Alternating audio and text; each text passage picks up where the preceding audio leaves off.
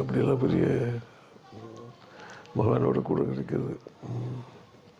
அதுவும் இல்லை அன்றே செட்டியார் வீட்டுக்கு அதுவும் இல்லை வேத பண்டிதர்கள்லாம் கூட்டிகிட்டு போய் கைலாய மலைக்கு அடிவாரத்தில் கைலாய மலையில் அவ்வளோ ஒரு வச்சு ருத்ர ஹோமம் யாரும் செய்யாத உலகத்தில் யாரும் அப்படி இந்த மாதிரி செய்ததில்லை. ஒரு வேத பண்டிதர்கள் 2 பேரும் போவாங்க, 3 பேரும் போவாங்க. 100க்கும் மேலே இருக்கும். 132 வாத்தியார் 131 வாத்தியார் வந்தாங்க.